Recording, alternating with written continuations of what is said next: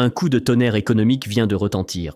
125%, c'est le montant des nouvelles taxes chinoises sur les exportations américaines. Mais derrière ce chiffre choc, une réalité bien plus inquiétante se dessine.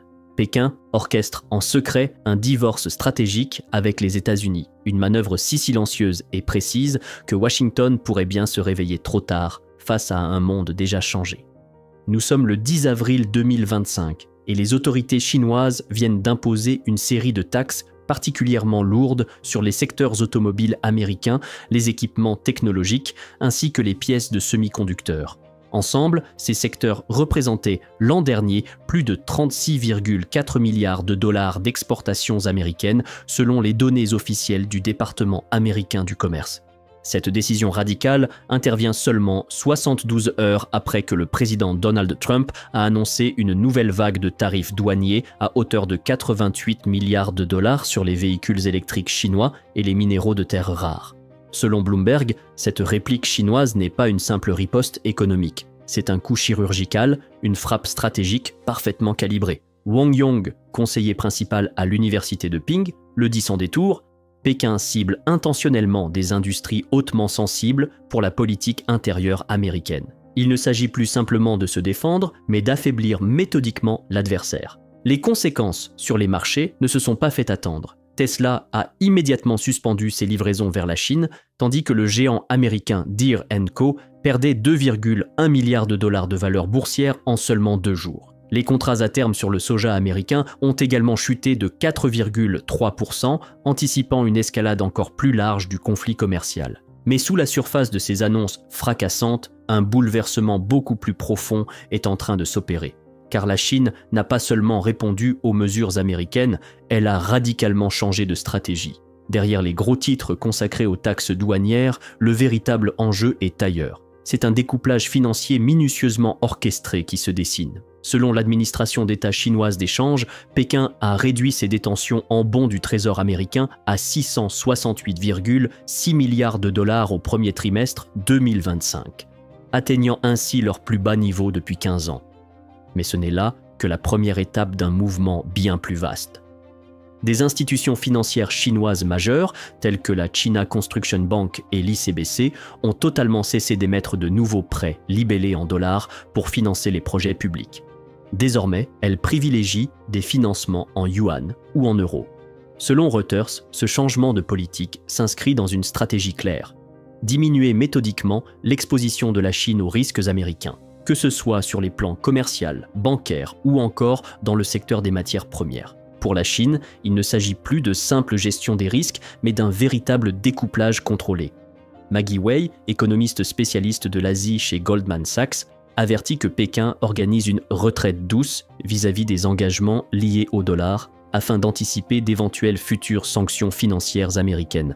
Mais si la Chine ne craint plus les prochains tarifs américains, à quoi se prépare-t-elle réellement ?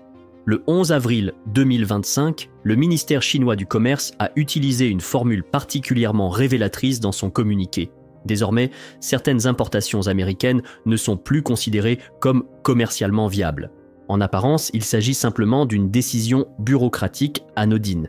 Mais derrière ce vocabulaire administratif se cache une stratégie subtile. En présentant les produits américains comme inefficaces économiquement plutôt que politiquement indésirables, Pékin se met à l'abri d'éventuelles représailles de l'Organisation mondiale du commerce. Cela lui permet aussi d'inciter discrètement ces entreprises à abandonner leurs fournisseurs américains. La preuve concrète ne tarde pas à arriver. Quelques jours seulement après cette annonce, le géant chinois BID a brusquement annulé un contrat d'approvisionnement de 500 millions de dollars en capteurs avec une entreprise américaine. Selon Henry Gao, spécialiste du droit commercial à l'Université de gestion de Singapour, cette formulation employée par Pékin est en réalité un feu vert réglementaire pour un désengagement massif déguisé en rationalité de marché. Et cette tendance dépasse désormais la Chine elle-même.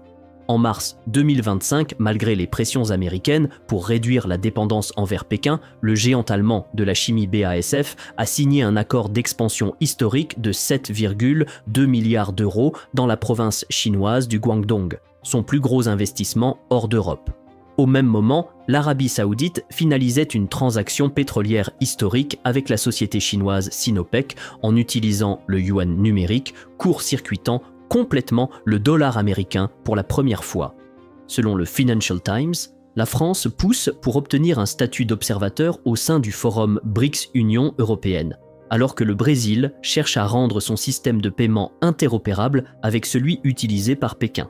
Ces initiatives ne sont pas isolées, ce sont autant de signes d'un pivot stratégique lent mais réel. David Luben, stratège chez Citibank, prévient clairement « Un ordre commercial multipolaire est en train d'émerger et Washington n'est plus nécessairement au centre. » Si les alliés traditionnels commencent à se détacher des politiques commerciales américaines, combien de temps encore avant que ce soit la Chine qui impose les règles du jeu? Malgré les sanctions américaines touchant désormais plus de 640 entités chinoises, les échanges commerciaux de Pékin restent solides. Au premier trimestre 2025, les exportations chinoises vers l'ASEAN ont augmenté de 7,4% sur un an, compensant en partie les pertes américaines. Quant à la domination du dollar, elle commence aussi à s'éroder. Aujourd'hui, le yuan représente 6,3% des paiements transfrontaliers mondiaux via le réseau SWIFT, contre seulement 2,2% en 2020. Et même le secteur stratégique des semi-conducteurs voit l'emprise américaine faiblir. Le dernier processeur 7 nanomètres de Huawei, produit grâce à des techniques de contournement et des stocks d'équipements néerlandais constitués avant les interdictions américaines, a surpris tous les analystes de Tech Insights. Ironie du sort, les sanctions américaines semblent finalement avoir accéléré l'innovation chinoise. Robert Lighthizer, ancien représentant américain au commerce, reconnaît même « Nous avons sous-estimé leur capacité à contourner nos mesures ». Si les sanctions américaines commencent à se retourner contre Washington, quelle est alors la marge de manœuvre restante pour la Maison-Blanche? Wall Street, elle, n'attend plus que les dirigeants américains réagissent. Elle a déjà commencé à anticiper les dégâts. Le 10 avril 2025, après l'annonce des nouvelles taxes chinoises sur les secteurs agroalimentaires, les machines industrielles et les composants pour véhicules électriques, l'indice Dow Jones a plongé brutalement de 1000 points. En quelques heures seulement, ce sont près de 520 milliards de dollars de valeur boursière qui se sont évaporés. L'impact concret sur les entreprises américaines est immédiat. Archer Daniels Midland, géant américain de l'agro-industrie, a vu son action perdre 11% de sa valeur en seulement 2 jours. De son côté, Deere & Co a averti ses investisseurs que plus de 3,2 milliards de dollars d'inventaire destinés au marché chinois pourraient être directement compromis. La banque Goldman Sachs a aussitôt revu drastiquement à la baisse ses prévisions de croissance du PIB américain pour le second trimestre 2025, passant de 2,3% à seulement 1,5% en pointant directement les représailles tarifaires chinoises et la chute des exportations. Larry Summers, ancien secrétaire américain au Trésor, tire la sonnette d'alarme sur Bloomberg. Selon lui, les marchés financiers anticipent déjà un scénario que l'administration Trump n'a pas encore totalement intégré. Ce conflit n'est plus seulement une guerre commerciale, c'est une fracture économique profonde qui se creuse sous les yeux des Américains. Dès lors, une question cruciale se pose. Que se passera-t-il lorsque les grandes entreprises américaines réclameront une trêve, alors même que la base électorale de Donald Trump continuera à réclamer une escalade des tensions? Xi Jinping ne mise pas sur une victoire rapide. Il parie sur la durée. Depuis 2021, la Chine a augmenté sa production nationale de semi-conducteurs de 34% chaque année, selon les chiffres officiels de l'Association chinoise de l'industrie des semi-conducteurs. Dans le même temps, elle a drastiquement réduit ses importations de soja américain, passant de 32 millions de tonnes en 2018 à seulement 9,4 millions en 2024, selon les données du département américain de l'agriculture. Parallèlement, Pékin a sécurisé des contrats céréaliers pluriannuels avec l'Argentine et le Kazakhstan afin de mieux absorber d'éventuels chocs d'approvisionnement. La Chine a aussi renforcé ses réserves alimentaires souveraines, qui ont progressé de 18% en seulement un an. En avril 2025, Pang Gong, gouverneur de la Banque centrale chinoise, a confirmé une réorientation active des réserves de change chinoises, réduisant progressivement la dépendance envers le dollar afin de contrer tout levier financier américain potentiel. Pendant ce temps, Donald Trump doit faire face à une économie américaine marquée par une inflation croissante. En avril, l'indice des anticipations d'inflation mesuré par l'Université du Michigan a atteint 3,1%, fragilisant davantage le pouvoir d'achat des ménages américains. Kevin Rudd, stratège reconnu et ancien Premier ministre australien, résume parfaitement la situation dans la revue Foreign Affairs. Xi Jinping ne pense pas à 2025 mais à 2050. Autrement dit, l'enjeu réel de ce conflit n'est plus de savoir qui frappera le plus fort, mais plutôt qui parviendra à encaisser le plus longtemps.